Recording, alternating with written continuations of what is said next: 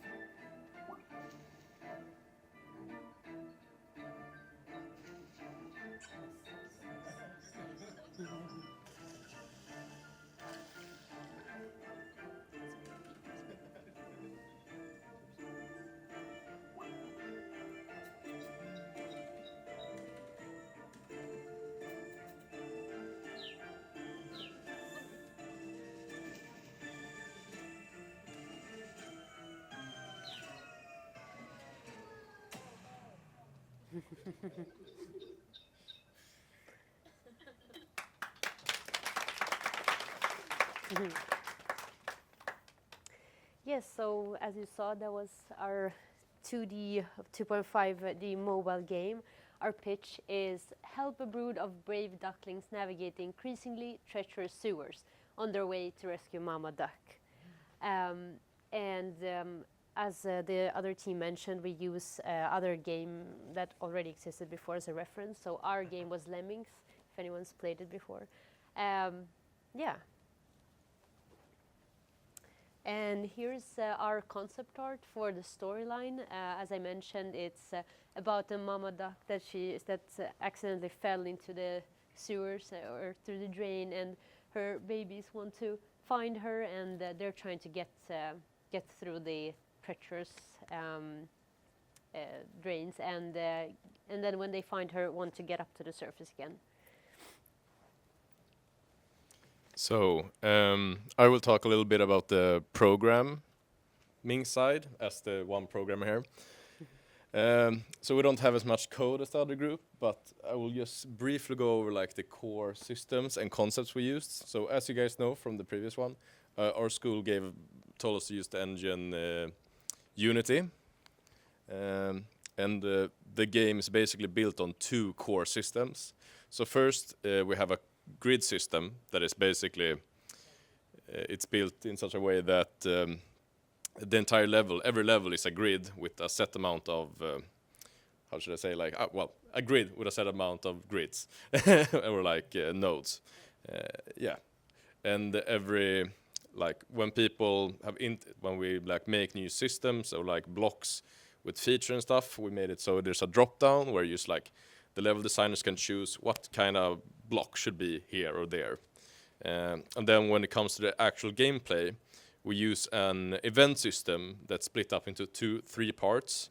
I will just tell you how it works in brief, but basically when you press, so the grid system is invisible, but it's still there when you play the game. So when you press a grid, it will send an event to like an event manager that will ask the toolbar, as you see in the bottom here, and it will say, oh, which tool is selected? And then it will look, okay, what kind of block is there at this specific position?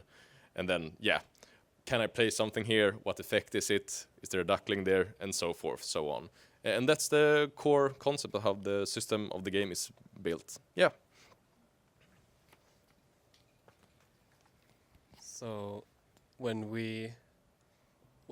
one of the first things we did when we started this project was to create a mock-up, and the artists and the level designers together created this mock-up on the right side, and as you can see, it kind of the final levels deviate a bit from that, but we used that as a basis, and then maybe halfway through we started giving the different levels some characteristics that kind of define where in this drain system you are. But we decided to create a 2.5D game, so not just your typical 2D game, but we have depth, and you can kind of see, well, in the upper section you can see like from below. You can see the blocks, like the roofs, or sorry, the ceiling of the blocks, and down here you can see the floor. So it kind of gives that 3D illusion effect. Yeah.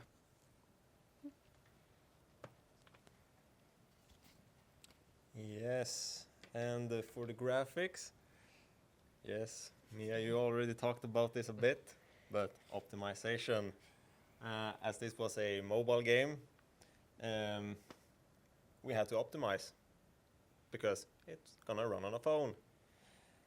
So how did we do that? We reused a lot of our assets.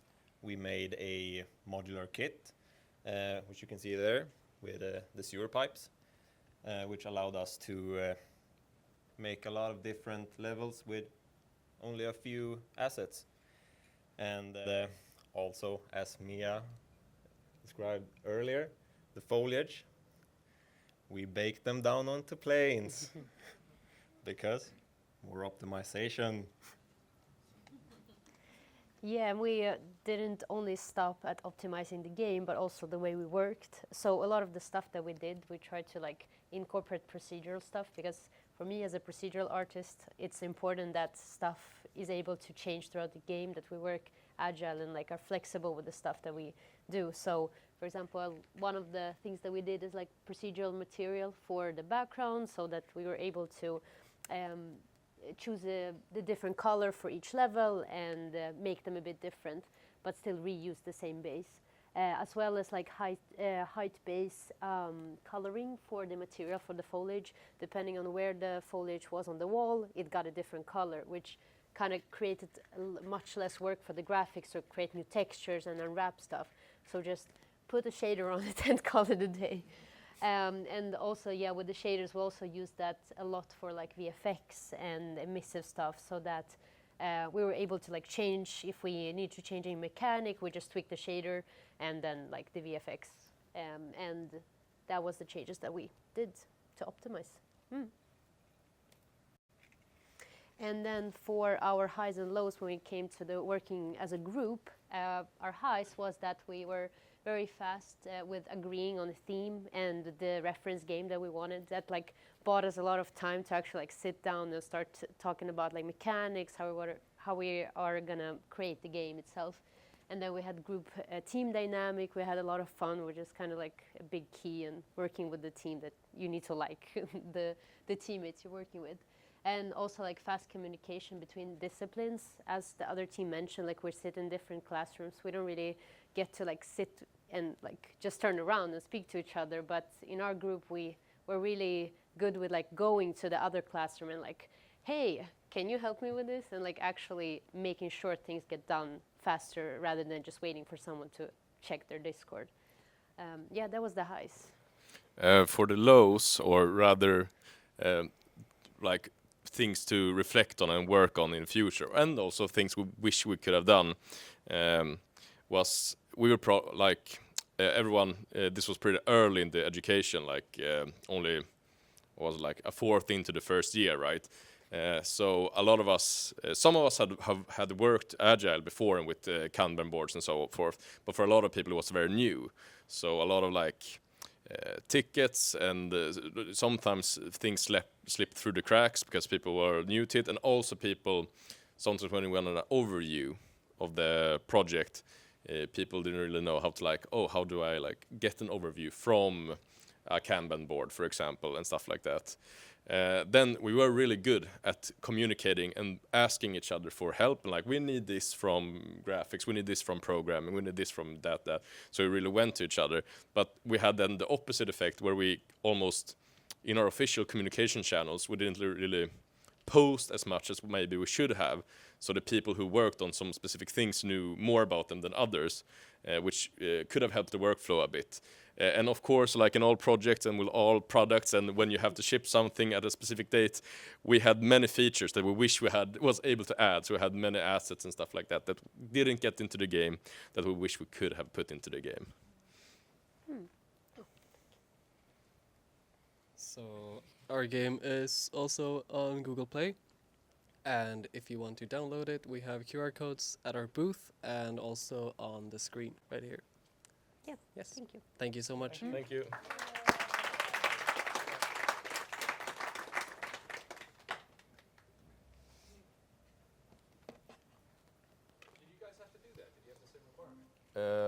we did not have the same requirement, so we only had taps. So we did have a picking system. I was not the one that made the picking system, but we did have a system where it's like, okay, we have to have picking. So like when you press somewhere on the screen, where does it point to? Well, it's I think it is already in Unity, but a lot of us were new to it, and we're like, okay, we've learned programming, we know programming.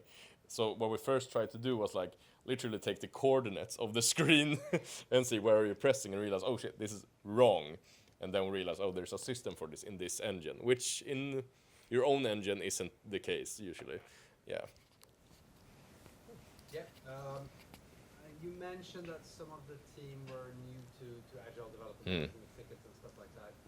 In your in the actual classes that you guys were now taking, do they go through development processes like, let's say, Scrum or Kanban, and also alternatives to those, or were you just learning as you were doing? We were given we were given a Kanban board from the school. They were like, yeah, this is the Kanban board you're going to use, and you're supposed to log hours. So they did go through the systems, but I mean, there's a lot of stuff that has to be done in a short amount of time. So I think a lot of it may be, okay, you have a presentation where a teacher is like, this is how you do it. And they're like, okay, and then it kind of flows over people's heads. Now 5 projects in, I think most people are very accumulated to it. So now it works much better than it did in the beginning, like yeah, a quarter of a year in. Yeah. Yeah, so my question is like, did you have planned play tests throughout the process? And if you did, like, how did you iterate your project according to that? I don't remember.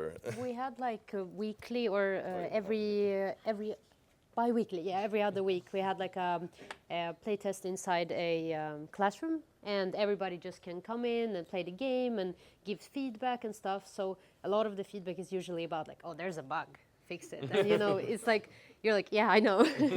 So a lot of the stuff that like came in late, like the graphics, the shaders and stuff, didn't really get that much feedback on initially, because you know you only have that much to show at the playtest. But then you know we all walk around to each other in the classroom, and people give feedback anyway, like inside your own discipline and from other discipline, they come in and you know help out and stuff. Yeah. Did you have like feedbacks and like playtests outside of the school as well? I think, well, Yeah, sure. or maybe you guys want to talk. Okay, no. I think, so we've done less and less of them, I think, throughout, like, the for some reason. But from I think, I remember us doing it, some people in our group at least. I think it was a requirement in P2. No, it wasn't. Well, I remember some of our group members did do some outside testing, but it was mostly like friends and family. So we did a little bit, but not any official capacity. Yes. You just have to put in GitHub, that's all. It's very helpful because we export to a lot of people. It's not in production, then there is people. I think there's a problem in that for 2 reasons. For one, GitHub doesn't support super large files.